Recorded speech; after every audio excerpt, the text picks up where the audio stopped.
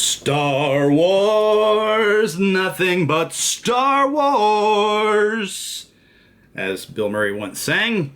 All right, so today is March 21st of 2021. Let's talk about 4-inch tall, 5-point of articulation, sometimes less, action figures in the vintage Kenner style. As you saw recently, I picked up these custom guys. This is U-3PO from the Tantive 4 Rebel Blockade Runner scenes in Star Wars, and K-3PO, little background character from Hoth, who I was obsessed with because of his presence in the Topps card. I did an opening video on these guys. Then, since then, it snowed. And I let the snow stay for days and days. It was really deep. When it finally melted down enough that grass was showing through it, I was like, oh, I didn't take any toys out, so I didn't take any photos. So K-3PO and some of my vintage Kenner Hoth figures and whatever vehicles I could lay hands to quickly were involved in that photo shoot.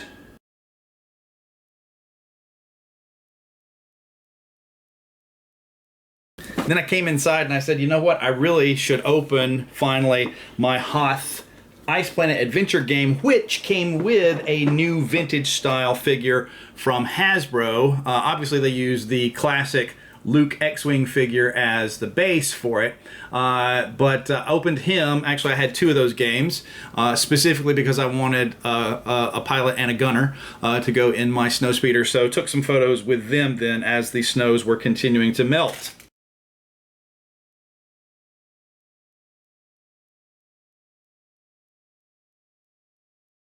And then since I'd opened one of the board games that came with a retro style figure, I figured I might as well open the other one, and I took out Governor Tarkin. This guy was pretty cool to me because many years ago I had made a custom figure of him, and it looks like Hasbro used pretty much the same recipe as my custom. Now, this is Hasbro, this is me. Both obviously based on the Imperial Commander body. Mine, I did one thing where I kind of like sanded down the back of his hands so it didn't look like gloves when I painted them flesh tone, and you can kind of still see the glove lines on theirs, but they did change the legs. The jodhpurs are more pronounced, and the boots are taller, which is very ironic because the boots on set that Peter Cushing wore were so uncomfortable that in many shots where his feet don't show, he was actually wearing carpet slippers, as my friend Terry Pace told me once upon a time many years ago. Now, they sculpted a brand new head, and I just sort of shaved the hat off of the Imperial Commander and hollowed out his cheeks a little bit with the point of a knife and then painted him. I don't know how visible this guy is. There we go. You can kind of see the hollow cheeks there. Just slightly. Okay, so their Tarkin, my Tarkin. And another figure that I did that Kenner had planned to do around the same time, around 85, they were going to expand the line and include a Tarkin figure finally. And another figure they did was this Mongo Beefhead Tribesman, which Steve Sansweet kind of broke the news to all of us fans in a Star Wars magazine article that had pictures of some of these Kenner prototypes and everything. And I was really inspired by this one. Matter of fact, I thought, I think I have parts on hand to build this guy. So I made a custom of him, and then I sent something to Steve Sansweet, a book to be signed or whatever, and I included some photos and or possibly a VHS home movie of my Mongo Beefhead Tribesman, which is this guy's name, and he wrote back and you know, sent the book back in the SAISY, and he was like, Mongo Beefhead lives, and actually addressed it on the outside of the package to Alex Kenner Newborn, which I think I still have that package somewhere to this day. Another one that they planned was this droid figure, and I did not make him until the last couple of years. Matter of fact, the gun he's holding is a repro gun, but that's a 4LOM gun, and that might show up in a future video as well. Again, these are the kit bashes that you look at them and you go, I know what parts those are. And then one day you're at whatever store and you find a broken 2-1B and you're like, well, you know, his head's not really needed. Those other parts I could use in that custom. So I try to use wherever possible. And I talked about this in 2019 with Curtis Armstrong when I moderated his panel at a local convention. He'd played a character in a movie called One Crazy Summer who talked about how every time he found a broken toy as he was walking the beach, it just, you know, somewhere that meant that a child was crying, you know.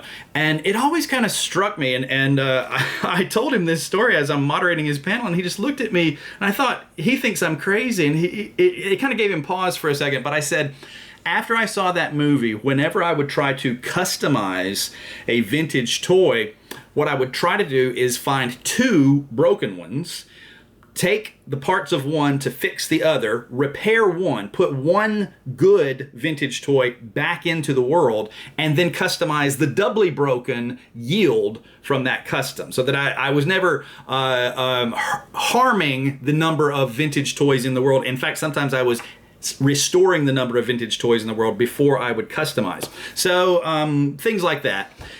Then, of course, another project recently that I had done was to retro-bright some vintage Star Wars figures. I experimented with this a little bit last year. This Leia was very, very yellow. Snowtroopers, Stormtroopers, Biker Scouts, and my Han Solo custom Stormtrooper outfit. Now, obviously this is based off the Luke Stormtrooper figure that Kenner actually did back in the day.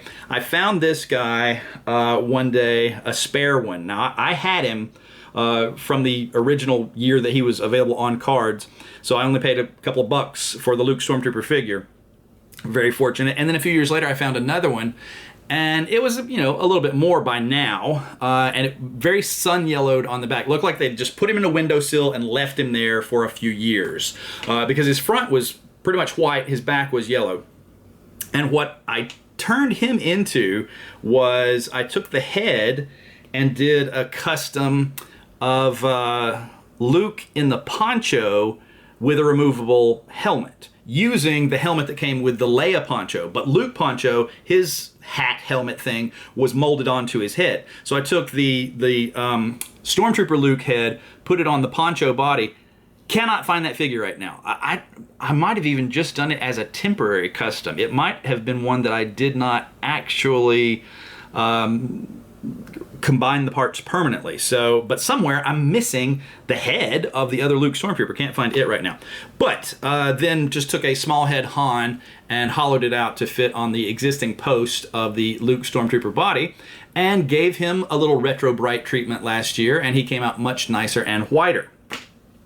In addition to those kind of figures, then you've got things like the Super 7 and the reaction figures, such as these guys from Rocky 4. I really wanted Rocky because of the Order of Battle comic book from G.I. Joe, where they said Rocky was going to be a character, and one issue later they printed a retraction saying Rocky will never be a G.I. Joe character. So I kind of wanted him in a 4-inch scale.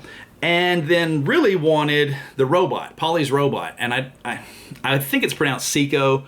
Some people pronounce it Psycho, but I haven't watched the movie to double check. I apologize for that. I try to go back to the sources, and there's a Latin term for that, and I found it written down on a note on my nightstand the other day, and I'm like, wow, I need to incorporate that term into a video.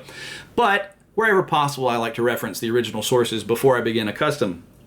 Now, I liked the robot. I really dug the design of him and wanted him as a 4-inch action figure. However, I was not happy with the fact that he had this pointy hat, birthday hat, on top of his head. And, I mean, he wears it maybe in one scene of the movie. That's all. So I asked around. I'm in a group of reaction fans on Facebook, and I said, what's the likelihood of that being removable? And people were like, no, you'll have to snip it off and sand it down. It is a permanent part of the figure. Well, I finally opened mine, and I said, you know what? There's a horizontal seam in the head, and there's a vertical seam in the hat. Those two aren't molded together. So I heated him in some water and pulled the hat out pretty as you please, and then was able to actually cut a magnet in half. I had some little craft magnets and I thought they're just slightly too tall. They need to be about half that, and took a pair of clippers, and how I got a magnet cut in half that perfectly on the second try, I don't know. The first one shattered and flew everywhere, but I embedded a magnet into the head and then put Super Sculpey over it, boiled it, painted that silver, and I also dremeled out the hat. So now I have a Seiko figure, or Sicko, or Psycho, I think it's Seiko, figure, who does not have the hat on all the time. And if you film him from the right angle, you can't even tell that he's been repainted. And then if I want to put a hat on him, I still have the option of putting his hat back on. So I was rather proud of how that turned out. Another Super 7 kind of figure here from Reaction Figures is the Maria, which is something I'd wanted out for a while as a companion piece to my vintage C-3POs. And then I was like, wait a second, I really want the one that's so, you know, highly chrome plated and everything. She looks great, and she even comes with a fake coin. Got this in, and then saw that the leg was silver. And I thought, well, I'm gonna have to go back to the Etsy store where I got these guys. All right, so got the chrome-plated C-3PO with a chrome-plated silver leg, which I thought was a pretty genius approach to this.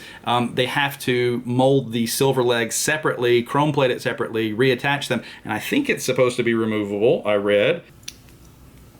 Actually, it is removable. All right, cool. So you could put that back on him. I don't think it's the right leg though, but I'm standing here in pieces and you're having delusions of grandeur. That is pretty cool. So it's not really a point of articulation because the cross section of the shaft is square rather than being round. So it's not, you know, you can't pose him from the knee down, but it is an added removable limb, which is pretty cool. So very yellowy gold there on him as compared to the very silver version there of U-3PO. And while I was at it, I thought, you know what, I'm gonna go ahead and order that Han Solo Stormtrooper. I've talked myself in and out of this so many times, it's not even funny. So here is their version of a Han Solo Stormtrooper figure. Obviously they have recast a Luke Stormtrooper body to do this. I'll hold up my Luke at the same time so you can see. He's a lot whiter on the back than mine, and they use the same Han Solo head that I used from what I can tell. So here's my custom from years ago, and here is the fan offering. I think maybe their Han head is a little bit smaller than mine. You can see which one has the yellower back. That's my custom one. But all in all, you know, not a terrible difference between them. Matter of fact, some of the details on the torso look a little sharper, but I don't know if that's because of their molding process or the fact that I retro-brighted this guy and he seemed to kind of dissolve a little bit in the retro-bright solution. So now, I guess I have to open Maria to go with C-3PO with their matching silver legs. So they'll make a nice cute couple on the shelf there. But hey, if you've got a U, a C, and a K-3PO, I can think of one more letter of the alphabet that could go in front of them that would a dirty word on your toy cabinet there. So have they ever made that letter of the alphabet followed by 3PO? I don't know. I can't think of a character named that, but just thinking of the Jingleheimer Junction skit on Saturday Night Live. So see, I started this video with a Saturday Night Live reference, and I ended this video with a Saturday Night Live reference. What more can you want from an extemporaneous video? Thank you for watching.